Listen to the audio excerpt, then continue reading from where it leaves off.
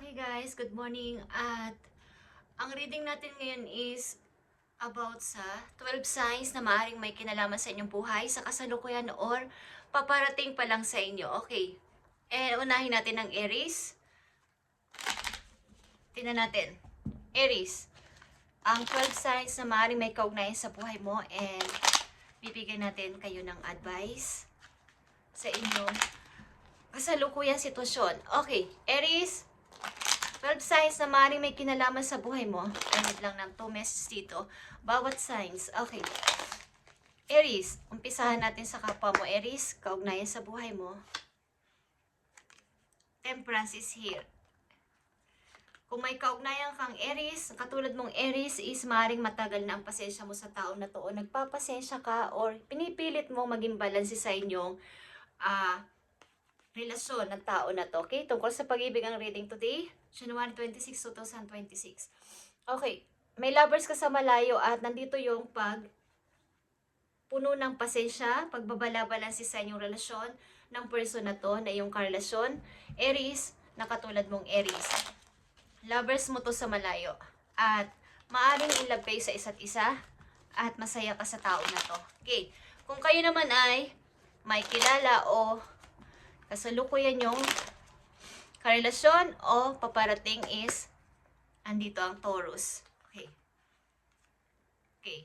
Ang person na to ay maaaring matagal mo nang kilala. Maaaring ito ay pamilya mo, magulang mo, o matagal mo nang kakilala na minahal mo at nasa malayo din. At gusto mo tong suyuin.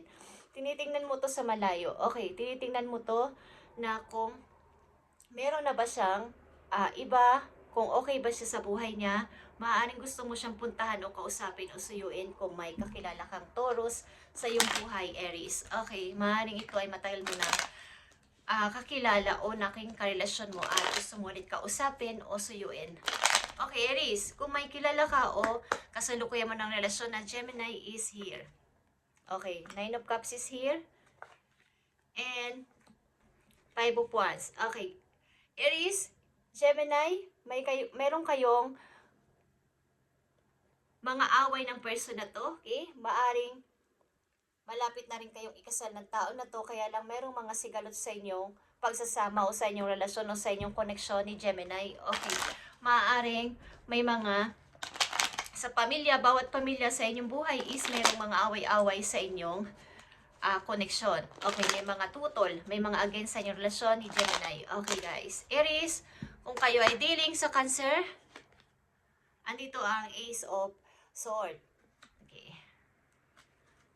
At nandito ang King of Pentacles. Kung kayo ay dealing sa Cancer, maaaring may gusto kong ihandog sa tao na to bilang katotohanan, pagsasabi ng totoo, okay? Pagsasabi ng totoo sa kanya na baga seryoso ka sa relasyon nyo at seryoso ka sa inyong intention sa kanya. Maaaring katotohanan ng gusto mo sabihin sa tao na to, kay Cancer, at hindi ka man makalapit sa tao na to is andito yung katotohanan na gusto mong sabihin sa kanya. Okay, Cancer. Cancer ito guys, okay? Kung dealing ka naman sa Leo, maaari rin nasa ibang bansa ito, nasa ibang lugar, at busy ang person na to sa kanyang mga ginagawa sa buhay. Aries, maaaring namimiss mo ang tao na to, namimiss mo ang inyong bonding, namimiss mo ang inyong pinagsamahan, but malayo ang person na to at busy. Okay, busy-busyhan sa buhay at maraming ginagawa sa kanyang buhay, si Leo. Okay, kung kayo naman ay dealing sa Virgo, natin. Aries, kung kayo ay dealing o may kilalang Virgo sa buhay ninyo. Okay. 7 of Cups is here and Knight of Cups. Maaaring ang person na to ay maraming opsyon, maraming offer na dumating sa buhay niya, kaya hindi kanya pinapansin sa anumang iniaalok mo sa kanya. Okay, kung dealing ka sa Virgo, ang person na to ay maraming opsyon, maraming offer na dumating sa kanyang harapan. So, busy siya sa kapipili. Okay, at hindi kanya napapansin sa anumang approach mo sa kanya. Aries, kung dealing ka naman sa Libra, ang person na to ay nasa, kumbaga, meron siyang parang ayaw kanyang palapitin muna sa buhay niya, Aries, si Libra. Okay, ayaw ka muna niyang palapitin sapagkat meron siyang dinadalang problema o meron kayong pinag-awayan o meron kayong hindi pinagkasunduan. Maaring ayaw ka muna niyang entertainin o papasukin sa buhay niya. Okay. Aries, kung dealing ka sa Scorpio, tingnan natin. Nandito ang Nine of Wands and King, the Emperor. Okay. Kung dealing ka sa Scorpio, maaaring ang person na to ay takot sa'yo o takot kanyang entertainin din o takot kanyang papasukin sa buhay niya din sapagkat maaaring may control issue sa inyong pagitang dalawa ng tao na to, Aries, sapagkat maaaring kung kayo nagkaroon ng relasyon o magkakaroon ng relasyon, iwasan ninyo ang pag-control issue sapagkat matatakot sa'yo ang tao na to, ang energy na to na Scorpio, okay? Maaaring control issue is magkakaroon kayo ng issue ng tao na to. Kung dealing ka sa Sagittarius, andito ang The Magician and the Ace of Pentacles. Ang person na to ay independent person, okay? Kung dealing kayo sa Sagittarius, maaaring may mga i-offer siya sa iyo mga mahalagang bagay, magandang opportunity at bagong pasimula sa buhay, Aries. At maaari ito ay komportable sa buhay. Lahat ay pwede niyang gawin, pwede niyang sabihin, or siya ay maaaring magandang pamumuhay, guys. Okay? Kung dealing o madidiling kayo sa Sagittarius, may aanok sa iyo itong magandang opportunity. Tingnan natin. Tumako tayo sa Capricorn kung kayo ay dealing sa Capricorn. Aries, kung kayo ay madidiling o dealing na sa Capricorn, andito ang Ace of Cups. Ito ay bagong pag-ibig maybe. At Eight of Wands. Bagong pag-ibig to na maaaring internet or online. Makikilala nyo si Capricorn sa online or magpapalitan kayo ng messages ng madalas. Maaaring naabot na kayo ng umaga, abutin kayo ng umaga sa pag-uusap sa phone. Okay. Maaaring ang taon na to ay bago pa lang na dumarating o darating sa buhay mo, Aries. At ito ay sa online mo makikilala. Kung kayo ay dealing o dealing na o madidiling pa lang sa Aquarius, andito ang the High Priestess. The High Priestess is here and the Eight of Cups. Okay. Ito ay lihim na may planong pag-alis sa'yo. Maaaring may lihim siyang iniisip o may mga plano siya na hindi sinasabi sa'yo at lihim kanyang iiwan o lihim siyang aalis sa relasyon. Wala siyang imik pero lihim siyang aalis. Okay.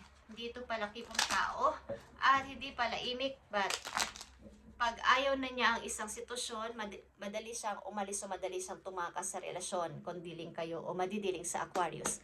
Kung dealing o madidiling pa kayo sa Pisces, andito ang Page of Cups.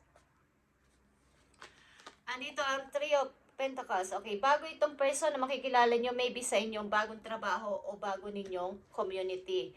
Maaaring ito ay curious o mako-curious sa inyong buhay, Aries. At sa kasalukuyan ninyo is kayo ay nagdadalawang isip sa mga pipiliin nyong tao sa inyong buhay sa ngayon, Aries. Sa pipiliin ninyo sapagkat maraming offer sa inyong dumadating at hindi nyo alam kung sino at ano ang inyong uunahin. Okay. Tingnan natin ang advice sa inyo, guys. Sa inyong reading today o sa inyong message today, January 26, 2026 at napakaganda ng number, guys. Okay. Ito ay 26, ito ay 8. Keep moving forward, Aries, kung kayo may mga gagawin sa buhay ngayong month na to o ngayong taon na to, ipagpatuloy nyo lang at huwag kayo susuko. Okay, tingnan natin ang advice sa inyong sitwasyon sa ngayon. Andito ang Dear or Gentleness. Aries, this is a reminder to be more gentle with yourself and others. The grace, sensitivity, and gentleness of these spirit animals echo the qualities to forth and living from the heart. Okay. Maging mabuti o mabait kayo sa mga tao inyong mai-encounter simula sa araw na to, Aries. At maaaring marami kayong mamimit na bagong tao sa inyong buhay. Magito man ay sa personal nyo o sa online.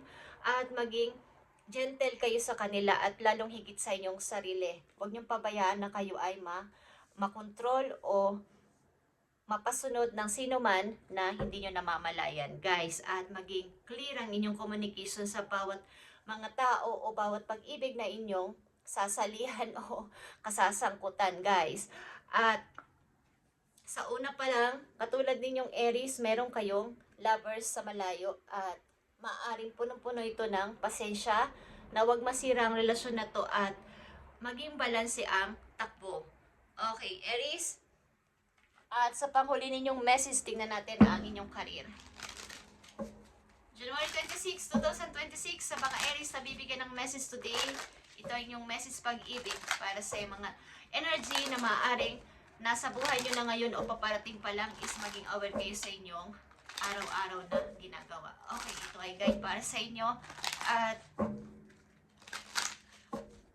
kunin nyo ang magandang kahit ilang percent lang na magandang sinasabi dito sa message para sa inyo para magkaroon kayo ng guide sa inyong pang araw-araw. Okay, Aries, sa inyong career, tingnan natin para magkaroon kayo ng idea, spirituality is here.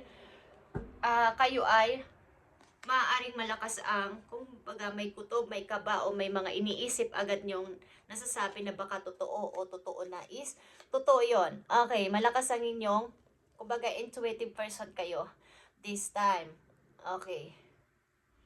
Baga, pwede kayo maging healer sa inyong kasalukuyang sitwasyon sa ngayon sa inyong buhay. Pwede magpagaling sa pamamagitan ng paghipon ng inyong mga kamay, pagmamasas sa mga tao, pagkukomfort sa kanila, pakikipag-usap sa kanila, pwede kayo maging tagapagpagaling o healer na hindi man kayo doktor, hindi man kayo natapos ng kung anumang kurso is, pwede kayong makapagpagaling sa pamamagitan ng pananalita na may pananalig kay God na sinasabihan nyo nang gumaling ka sa pangalan ni Jesus. Okay, is gagaling sila sa pamamagitan nun is kayo ay may katangian na ganun. Aries, at ito ay inyong i-develop.